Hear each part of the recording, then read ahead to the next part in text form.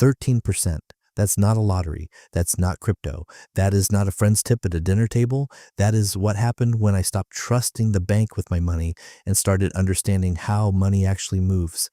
Most people in Canada are losing money right now without knowing it, not because they are spending recklessly, not because they earn too little, because no one explained the rules of this specific financial system. The bank did not explain them, your employer did not explain them, and the Canadian school system definitely did not explain them, so your money sits or it grows at a rate that barely keeps up with the price of groceries, and you feel like you are doing okay until you do the math. What I'm about to share is not theory. It is exactly what I did, what I got wrong first, and what finally worked. Here's the real question, not how much are you earning, how much of what you earn is actually growing. If you have been in Canada for 2 years, you are probably still figuring out which accounts are which, what a TFSA actually does, and whether you can trust any financial advice that is not from a bank that is actively selling you something. If you have been here for 20 years, you may have money sitting in a savings account that has returned less than 1% per year for the last decade. Both situations cost you the same thing, time. Here is what that costs in real numbers. If you had $10,000 sitting in a typical Canadian bank savings account earning 1% annually, after 10 years, you would have roughly $11,000. If that same $10,000 had been in a low-cost index fund tracking the broader market, historically averaging 7 to 10% annually, you would be sitting somewhere between $19,000 and $26,000 instead. That gap, that difference of $8,000 to $15,000 is not the result of risk. It is the result of not knowing. And if you multiply that across 20 years of working life in Canada, the number becomes the kind of money that either funds your retirement or leaves you working at 70. That is the cost of this knowledge gap. That is exactly what this video is about. Let me put some real numbers behind this so it does not feel like my opinion.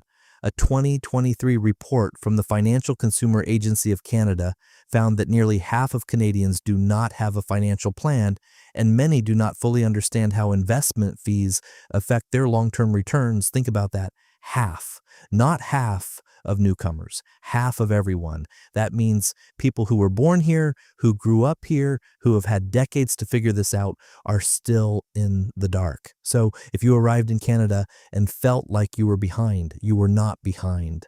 You were never given the map in the first place. Now here's the one that changed everything for me. According to data from Morningstar Canada and the Investment Funds Institute of Canada, the average management expense ratio on actively managed Canadian mutual funds sits between 2 and 2.5% per year. That might sound small. It is not. On a portfolio of $100,000, that is $2,000 to $2,500 taken from your returns every single year, whether the fund goes up or down. The bank collects that fee regardless of whether they made you money or lost it. That fee is not visible on your monthly statement in a way that makes it feel real. It is quietly extracted, and it compounds against you the same way returns compound for you. Now layer this on top of inflation. The Bank of Canada confirmed that Canada's annual inflation rate averaged approximately 3.9% in 2023 after peaking at over 8% the year before. What that means practically is this: if your investment is not returning at minimum 4% after fees, you are not growing your wealth. You are losing purchasing power while your account balance number goes slightly up. You're running backwards on a treadmill and calling it progress.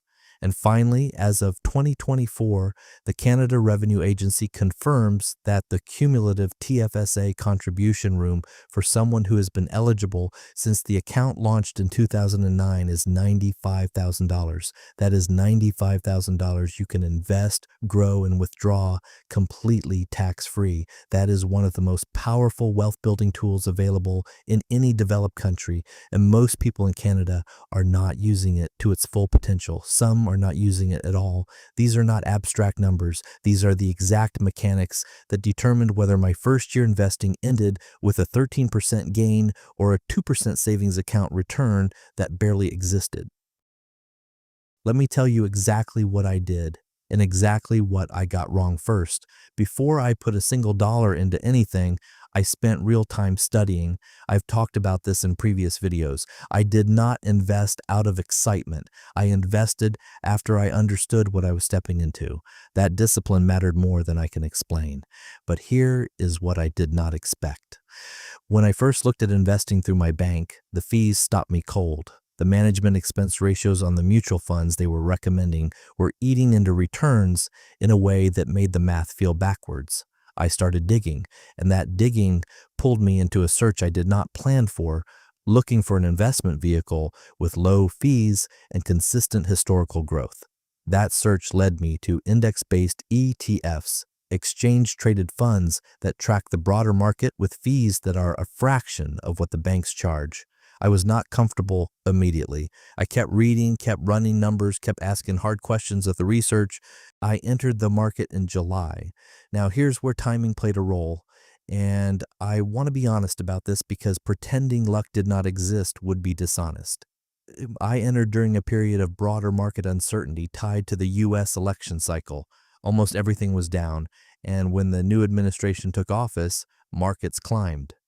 By December, I was already sitting at 13% growth on what I had invested. It became real for me when the graph was going upward.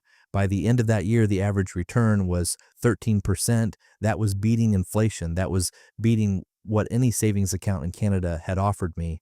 And for the first time, I could see a real path to retiring on my own terms. Since then, the portfolio has had volatility. Some weeks it dips, some months it pulls back. And I do not panic because I understood before I entered that volatility is not loss. Volatility is the price of long-term growth. Selling in a dip is the real loss. Holding is the strategy. That mindset did not come from luck. It came from doing the work before the money moved. So let me give you exactly what I built, broken into steps you can actually act on this week or this month. Step 1. Understand what you are paying before you invest a single dollar. This sounds obvious. Almost no one does it. Before you invest anywhere, you need to find the management expense ratio of any product you are being offered. If a bank advisor recommends a mutual fund, ask them directly what the MER is. Ask them to write it down.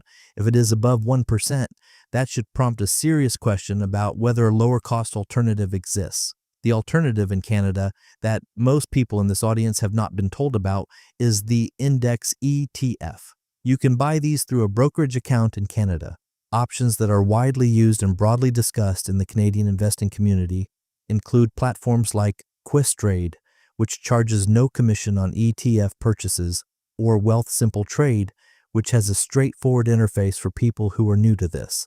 A single ticket ETF like XEQT or VEQT, both traded on the Toronto Stock Exchange, gives you diversified global exposure in one fund with an MER of approximately 16 to 22 basis points. That means roughly 0.2% per year.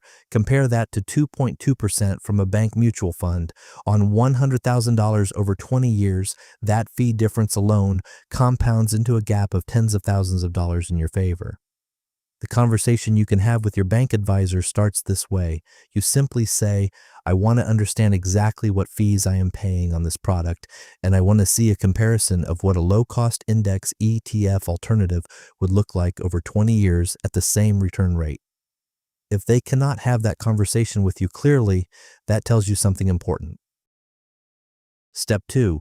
Open and max your TFSA before you invest anywhere else. The tax-free savings account is the single most underused wealth tool in Canada. It is not just a savings account despite the name. You can hold stocks, ETFs, bonds, GICs, and more inside a TFSA. Every dollar that grows inside it is yours to withdraw tax-free at any point for any reason. If you are a permanent resident in Canada, You start accumulating TFSA room from the year you turn 18 and the year you become a resident, whichever is later. If you became a PR at 30 years old, your room starts from that year. This is a critical detail for newcomers that most people never get told clearly. The action here is to go to your CRA My Account online portal and look up your exact TFSA contribution room. That number is specific to you. Once you know it, your goal is to move whatever funds you can into a self-directed TFSA brokerage account and begin investing inside it. Every dollar of growth in that account is permanently protected from tax.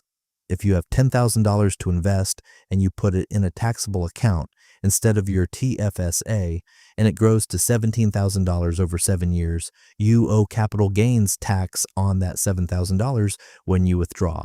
If it was inside your TFSA, you owe nothing. That is not a small detail.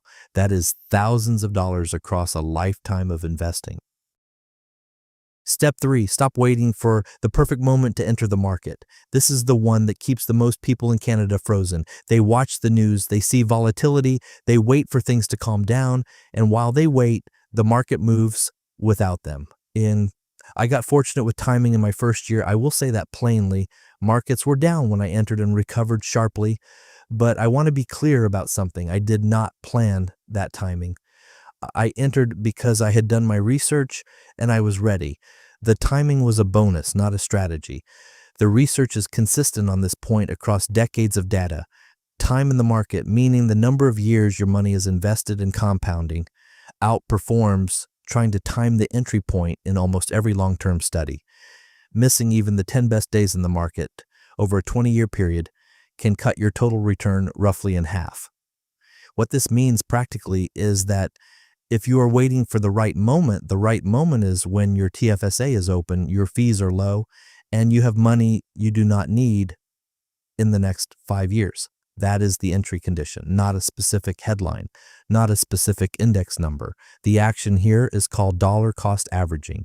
You invest a fixed amount on a fixed schedule, monthly or biweekly, regardless of whether markets are up or down. Some months you buy when prices are high. Some months you buy when they are low. Over time, your average purchase price smooths out and you stop emotionally reacting to short-term movement. You can automate this on most Canadian brokerage platforms in about 10 minutes. Step 4. Build your volatility tolerance before volatility arrives. This is the most underestimated step in the whole framework. Most people do not fail at investing because they chose the wrong fund. They fail because they panic when the value drops and they sell. I said it earlier and I will say it again directly. Volatility is not loss. A drop in your portfolio value on a Tuesday in February is not a loss. It is only a loss if you sell. If you do not sell, the market has historically, across decades, recovered and continued higher. The people who lost money in every major market downturn in history were the ones who sold at the bottom. How do you build that tolerance in advance? You do 2 things. First, you only invest money you genuinely do not need for at least 5 years. Do not put your emergency fund in the market. Do not put money you need for a down payment next year in the market. That money belongs in a high-interest savings account or a GIC. The money you invest is money that can sit for years without you touching it. When that condition is true, a 30% drop in the market does not feel like a crisis. It feels like a sale.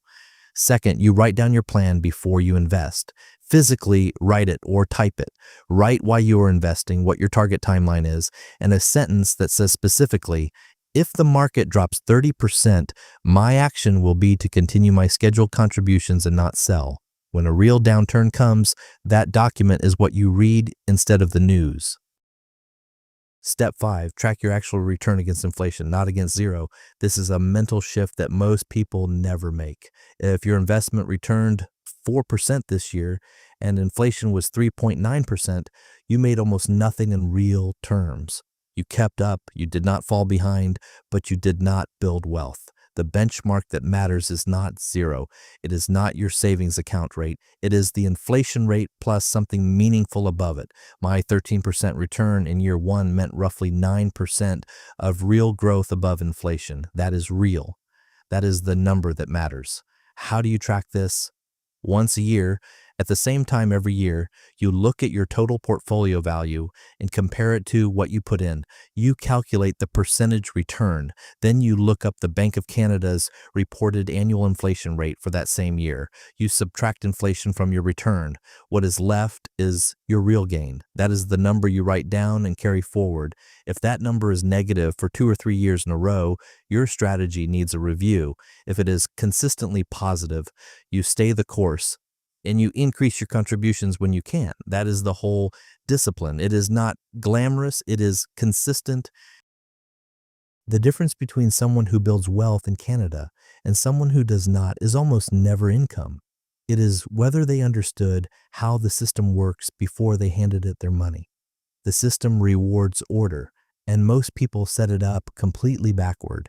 If you want to master this system, hit subscribe right now, because in the next videos, we are breaking down the exact execution strategy.